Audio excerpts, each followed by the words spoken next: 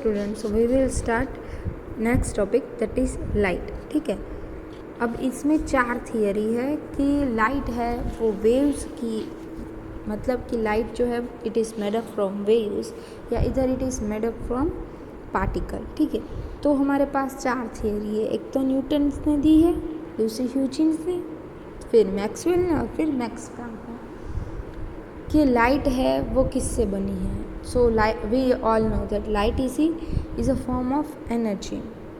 It is similar to heat energy, electric energy.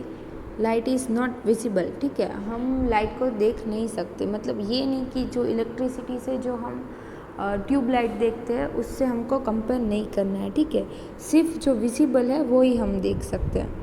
But light जो है वो सभी चीज़ हमको देखने में मदद करती है। ठीक है, कि अगर कोई रूम है वो बंद है तो अगर हम ट्यूब लाइट ऑन करते हैं, ठीक है, उसकी स्विचेस ऑन करते हैं तो हम जो दूसरी थिंग्स है उसको देख सकते हैं। सो visible but it makes things visible. So light is not visible but it makes the things visible. When light falls on an object and reflect and enters in eye of a person, then we can see a object। ठीक है, कि हम किसी चीज़ को देख रहे हैं तो उसमें से जो लाइट आ रही है वो हमारे आई में जा रही है। ठीक है, और then we can see that object. So वहाँ हमारे पास अभी 4 थियरी है। ठीक है, सो पहले न्यूटन्स ने दी उस थियरी को कहते हैं corpuscular theory of a light.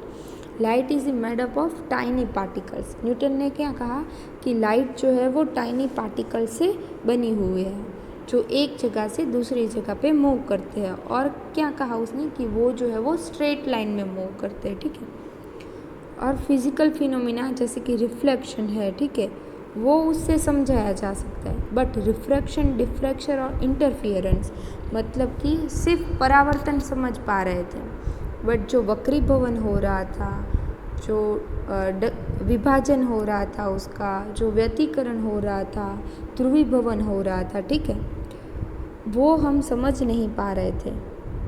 तो उसके लिए ये जो थियरी थी वो सूटेबल नहीं थी। तो दूसरी एक थियरी थी ह्यूजेंस ने, दैट इज़ वेव थियरी। उसने बोला कि लाइट जो है वो वेव है, तो लाइट को वेव समझ ले तो क्या होता कि लाइट जो है वो एक मीडियम से दूसरे मीडियम में जा सकती है। ठीक है, पेनिट्रेट कर सकती है। So according to this theory light from the source travel as a form of wave in all direction. और उसने बोला कि वो स्फीयरिकल और प्लेन होगी। ठीक है, this theory can explain diffraction and interference but it also enable the polarisation. कि अगर हम पोलराइजेशन करते हैं ध्रुवीभवन, क्योंकि ध्रुवीभवन हम क्या करते हैं कि हम लाइट को कुछ ऐसे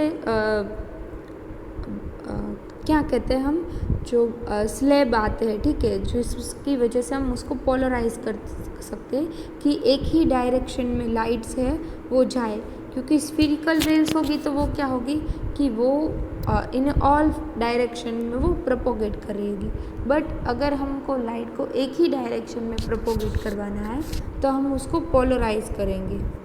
ठीक है, तो अगर हम उसके बीच में कुछ ऐसा मटेरियल रखते हैं कि जिसकी वजह से वो पोलराइज हो सके, ठीक है, तो वो जो है वो ह्यूजेंस की वेव थियरी से एक्सप्लेन नहीं हो पा रहा था, ये उसकी लिमिटेशन थी। ठीक है, और ह्यूजेंस ने लाइट को जो था कंसिडर किया था एज अ लॉन्जिट्यूडनल वेव, जबकि हमको पता है कि लाइट जो है that is a transverse wave. ठीक है, फिर थियरी दी है मैक्सवेल की। ठीक, Maxwell electromagnetic theory of light. अगर आप आगे जाएंगे तो आप देखेंगे कि मैक्सवेल की 4 इक्वेशन है, that is Maxwell equation for electromagnetic theory. इसमें मैक्सवेल ने क्या किया है कि उसने लाइट को इलेक्ट्रिक फील्ड और मैग्नेटिक फील्ड से कनेक्ट किया है और फिर डिराइव किया गया है। So this was given by Maxwell. According to this theory, light propagates in the form of electromagnetic और transverse wave। ठीक है, कि लाइट को इलेक्ट्रोमैग्नेटिक, अब हमको पता है कि इलेक्ट्रिक और मैग्नेटिक फील्ड जो है वो एक दूसरे से 90 डिग्री पे होते हैं। ठीक है, और vibration, so which electric and magnetic field vibration are perpendicular to the direction of a propagation. अब अगर इलेक्ट्रोमैग्नेटिक लाइट है, ट्रांसवर्स लाइट वेव्स है, ठीक है, तो उसको लाइट जो मीडियम जो है वो नीडेड नहीं है, ठीक है.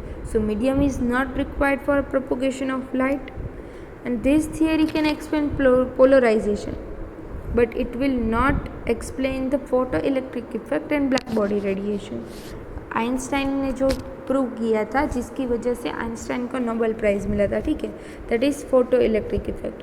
तो वो जो है और ब्लैक बॉडी रेडिएशन है वो मैक्सवेल की इलेक्ट्रोमैग्नेटिक थियरी से एक्सप्लेन नहीं हो रहा था. फिर नेक्स्ट आई मैक्स प्लैंक की क्वांटम थियरी. तो उन्होंने क्या कहा कि जो लाइट है that is made up of a small packet of energy called photon.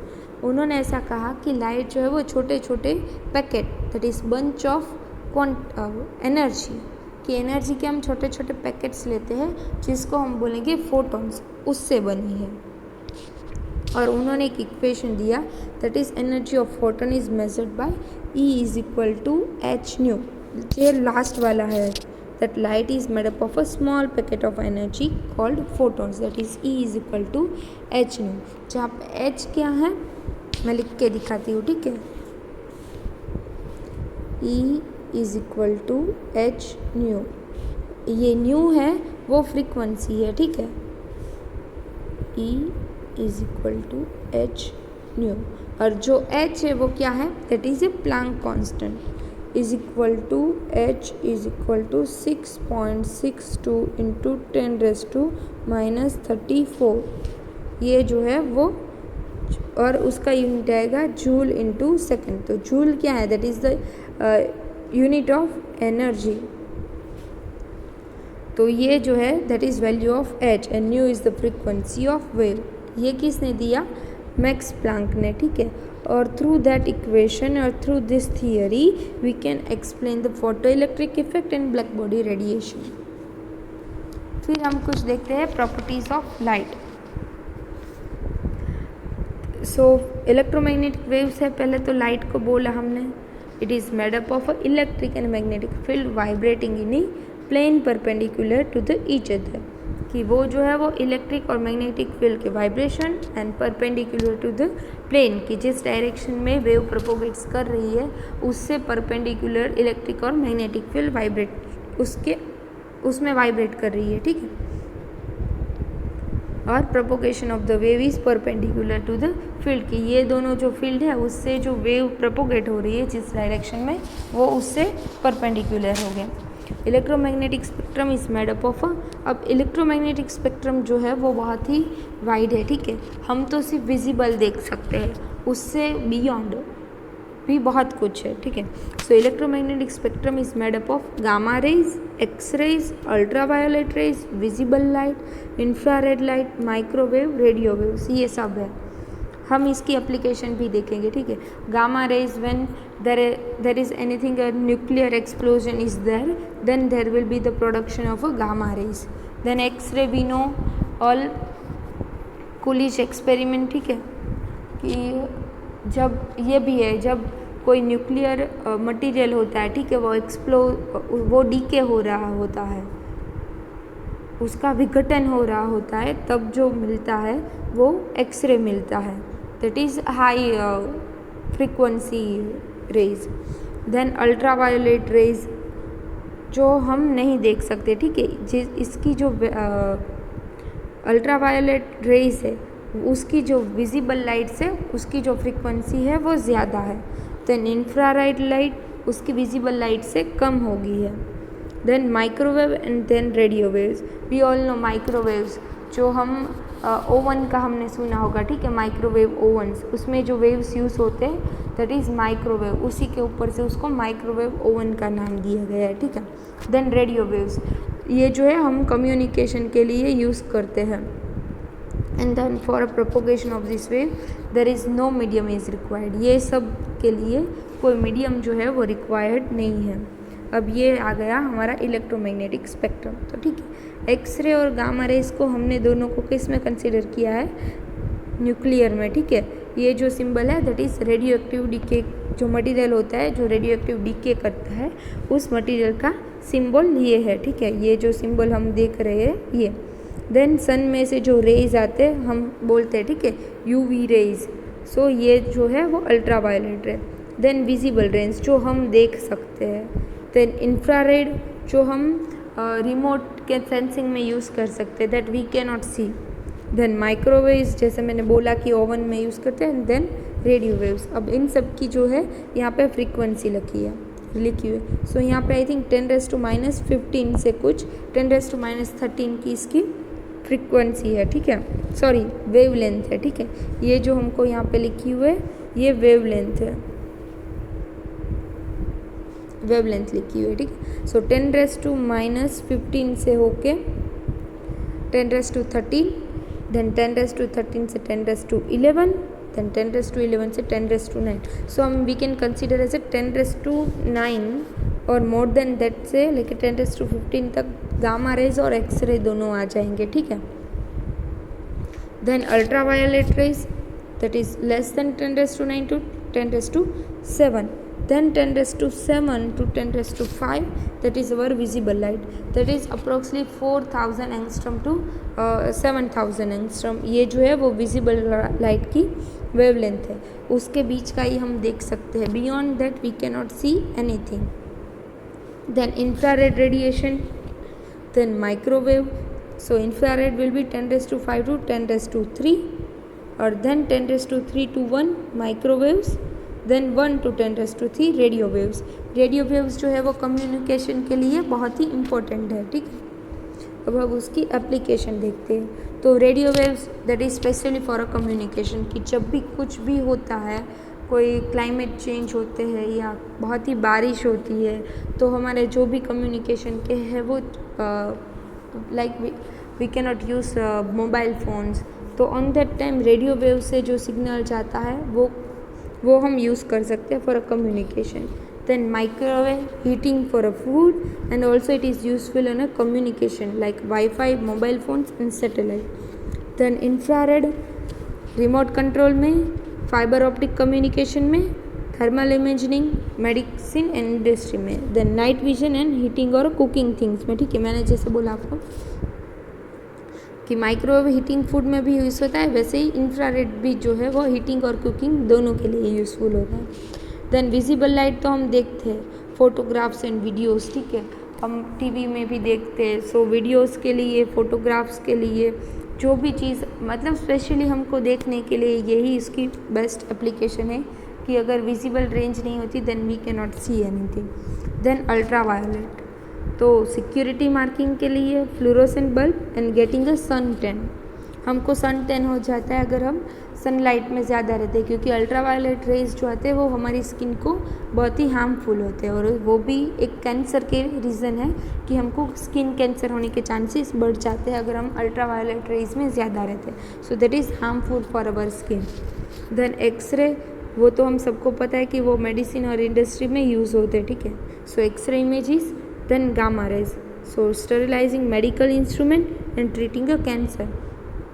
We all know that is chemotherapy and all the cancer therapies, ठीक है, तो वो कैंसर थेरापी में भी यूज़ होते हैं। और अगर कोई भी मेडिकल इंस्ट्रूमेंट है जिसको हमको क्लीन करना है, सो स्टेरिलाइजिंग द मेडिकल इंस्ट्रूमेंट, इन सब जगह पे यूज़ होता है। लाइट का एप्लीकेशन है, ठीक है, इलेक्ट्रोमैग्नेटिक लाइट्स की एप्लीकेशन है। देन रिफ्लेक्शन, ये लाइट की प्रॉपर्टी है, ठीक है, ये लाइट की मोशन पे डिपेंडेड है।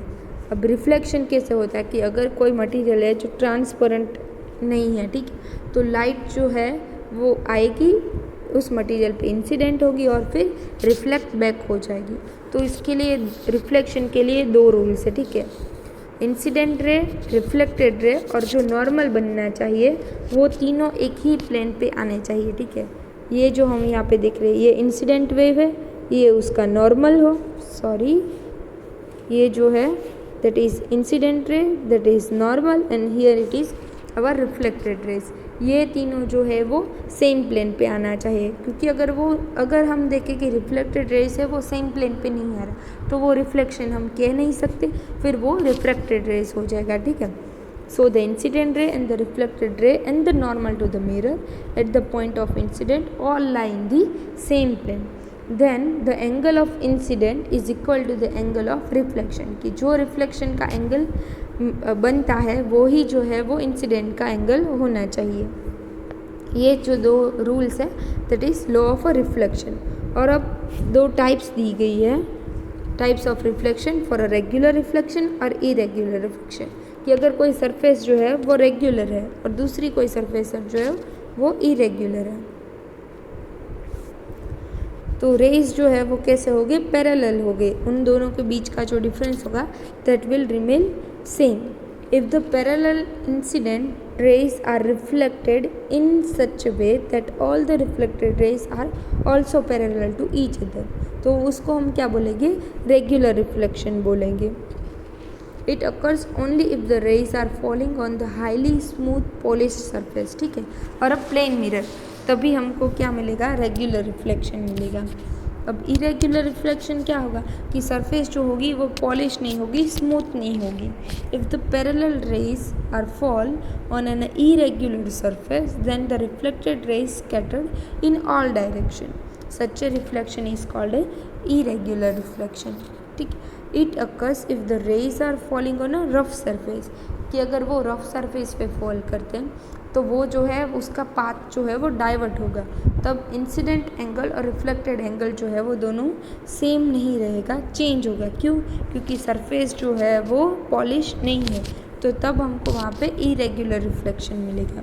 It occurs if the rays are falling on a rough surface, this type of reflection enables us to see the object around us, ठीक है। तो हम यहाँ पे अप टू दिस हम रखते हैं, फिर बाद में हम नेक्स्ट लेक्चर में आगे कंटिन्यू करेंगे। Thank you. अगर इसमें किसी को डाउट है then you can contact me.